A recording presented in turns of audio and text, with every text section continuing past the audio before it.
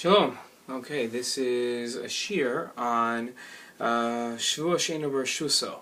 This is found in the Gemara in Mציעא on Lamed Daled Amud Beis. It's a small line. We're not going to do the entire Gemara. We're just going to do the small sugya that we covered in shir. And the Gemara can be found in Lamed Daled Amud Beis, where it says Amar Rav Huna masbino. So we're going to read the Gemara inside. The Gemara says as follows: Amar Rav Huna masbino so Shvuah. Based in makes the shomer take an oath. So again, this is a shomer that could very well have said that the object, he lost the object that he was supposed to be guarding. He's willing to pay for it, and now Rav Huna says, oh, just 1 second, we're going to make you take a shvuah in any case. So what's the shvuah? She'ina Bershutto, that he doesn't have it. Right? My time, why do we make him take this shvuah? So chashina and shema einav nasan ba. What we're worried about is that really this guy had he had the object the entire time. He claimed that he lost it. In reality, he hadn't lost it, and he just makes this claim in order to be able to keep the object. He's more than willing to pay the value of the object. He wants the object now, and that's what we're worried about. Rashi, let's look at Rashi. Rashi is divrei hamaschil masbiin also. Rashi says amasnisin kai. Right, this is talking about what we saw in the Mishnah. So it says, Afa pishu mishalim, even though he already paid, Keitani shilim, like the Mishnah says that he paid, V'lo ratzali shava, and he doesn't want to take a shvuah, Masbiyan also, Shvuah she'ina bershutto. We still make him take a shvuah, right? We still make him take an oath that the object is not in his possession. If we, okay, so that's sort of, it's not contradictory, but it sort of like defeats the purpose of this guy. This guy didn't want to take a shvuah in the first place, right? So so what we do instead now is we make him take a shvuah anyway. Now, so he didn't want to take a shvuah, so we said, okay, you don't want to take a shvuah, so you have to pay for the object. And as you're not going to claim that you are exempt and that you weren't negligent. You are saying that this, that you don't want to take this oath. The only way we're going to let you get out of the oath is by offering to pay. So even if you offer to pay, well, you got to, you still got to take a shvuah, because what we're worried about here, Rav Huna says, is that you're going to want to keep the object. Okay, so now, if we look, the question overall that we have to ask is, what's the role of this shvuah? Now, on a simple, basic level, we're going to say that the role of this shvuah is to ensure that the guy doesn't keep the object. In other words, let's say you're talking about a guy who wanted this object all along, right? So I see that you have a fancy car,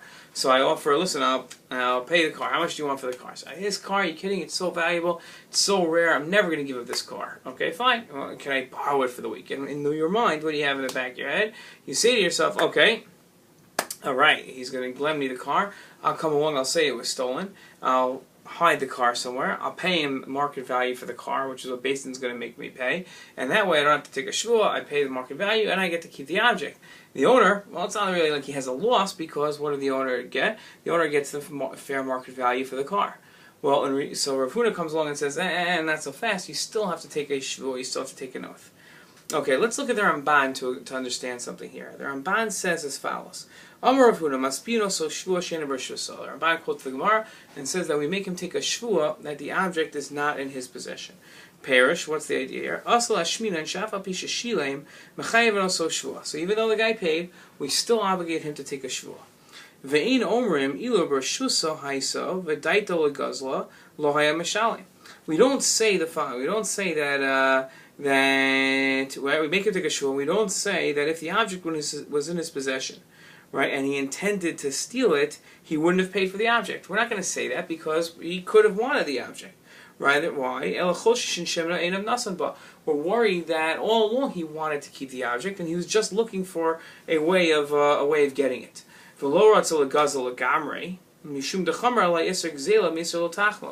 Now, he didn't want to steal the object, right? Because what's another way? If somebody won't sell something to you, how do you get the object? You steal it. So he didn't want to go so far as to steal the object. That he wasn't willing to do. He didn't want to steal the object, because stealing is, well, that's not me. I'm not a thief. You call me a lot of things. Don't call me a thief. You can call me jealous. Right? Oh, the Torah says you're not allowed to be jealous. Who knows? They're jealous. I'm not jealous. I just want the object. Right? You can justify jealousy. Theft is there's a line that a lot of us won't cross, and that's actively going into your driveway, stealing the car, and driving away with it. A lot of us won't cross the line. Says the Ramban, that would be a problem if you would cross that line. A lot of people aren't willing to cross that line, so that he won't do. But we are worried that he will cross the line of jealousy. And since he would be willingly cross the line of jealousy and keep the object, we make him take it. Now look at the Rambam says. The Rambam goes on. So keep that in mind. What the Ramban says, that the reason why we make him take the shvuah is because we're worried he wanted the object. He wasn't going to outright steal it, but there was going to be a way where justifiably he was going to get to keep it. The Rambam, this is the Rambam in Sheila Pikadon Parak Vav Halacha Aleph, and he says like this: Shomer Chinam, Shomer Harinim Eshalim Ben Nishba.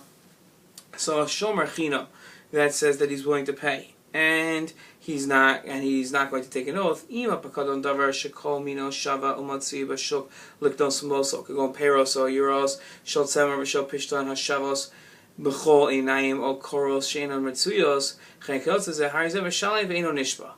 Right? So if this was like something like that you could easily buy in the stores, right? This isn't something like big. This isn't something valuable or rare at all. This is something that it's like he borrowed 5 apples. So you want 5 apples? Go to the store. You can buy 5 more apples. What's the big deal? It's a I don't know. It's anything like that. It's a picture of LeBron James. You can find pictures of LeBron James anyway. This isn't rare and valuable. But all right, let's say like this. Aval im haya pikadon behema o beged mitzuyo o kli mitukan o davar sheina matzuyo liknos kamoso bashuk choshishin shema einav nasan ba umasbinoso betakanas chachamim. Right. So now what happens? But if it's something rare, something you're not going to find, it's an autographed copy of a LeBron James picture. Right, so it's autographed. This is something very rare that you're not going to be able to find everywhere. You can't just go to the store and get another one. So in that case, what are we worried about? That maybe, like we've been saying all along, maybe he really wanted it. And here are the key words the Rambam says. We make him take an oath. This is Chachamim came up with this idea. The rabbi, this is not a shvuah d'oraisa. This is not an oath that the Torah commanded us. God did not command us. The rabbis had this bright idea. They said, you know what we should do? We should make him take an oath that it's not in his possession, that he doesn't have it anymore. Why, right? And after he takes that oath, then and only then will we let him pay for it.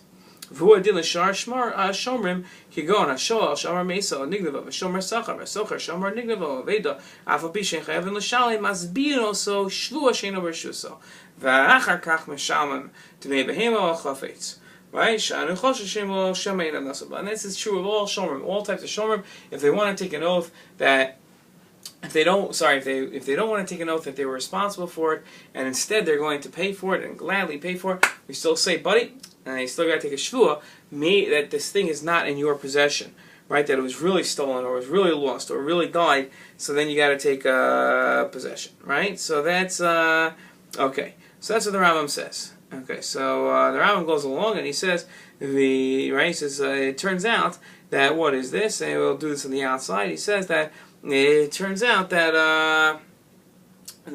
shvuah, right? A shomer, has to take a shvuah with 3 things in it. Number 1, that he cared for the article in an appropriate way. This is if he doesn't want to pay. Number 2, that the article is no longer in his domain, and that he didn't use the article for his own purposes. That in a way that he shouldn't have, right? So that's the idea. Now, if he wants to just pay, so then he has to take a shvuah for the last 2 things, meaning that the article is no longer with him, right? And the article is no longer with him, and that way he doesn't have it, right? That's the idea, and that's where we have now. What's interesting, and that most commentators pick up from the words of the Rambam, and a lot of Rishonim discuss this idea, is that he says va'achar kach l'shalem, that afterwards, right? Afterwards, only afterwards, does he after he takes this shvuah, does he pay? He doesn't pay beforehand.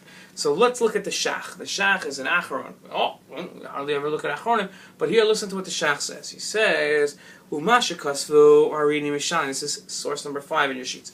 Umasha kasvu harini mishalim or chadamilsa nakdo tmaspino so tchila v'achar kach mishalim teshema ayidei shvuah yifrosh v'yitein gufa chafetz lo yistarach l'shalim v'yinachinami dim shilim mitchila tmaspino so sheina b'shuso. So what does this mean that he says I'm willing to pay? It's just exactly the way that the sentiment is phrased. For we first, right, make him take an oath, and only afterwards does he pay, right? Why do we do it in this order?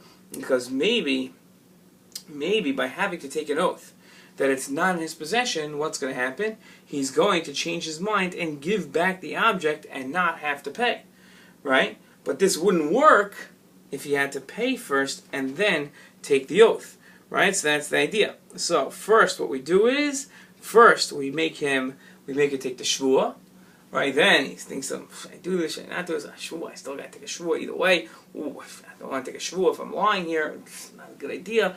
I have the object back in my garage. They'll find out. The shvuah, bad God, no, I don't want to do this, right? So he's going to say no.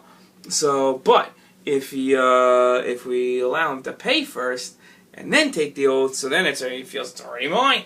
It's already mine, of course. My reshus, it's already mine. So we have him take a shvuah first. Okay, we're going to stop here for now. We have another video coming up right after this. That was the pshat. That was to make sure you understood exactly what was going on in the sources. What we're going to come back and do is we're going to come back and have shir on a couple questions that I have on the sugya and give some svaras, some chedushim, and understand what's going on here. Shalom.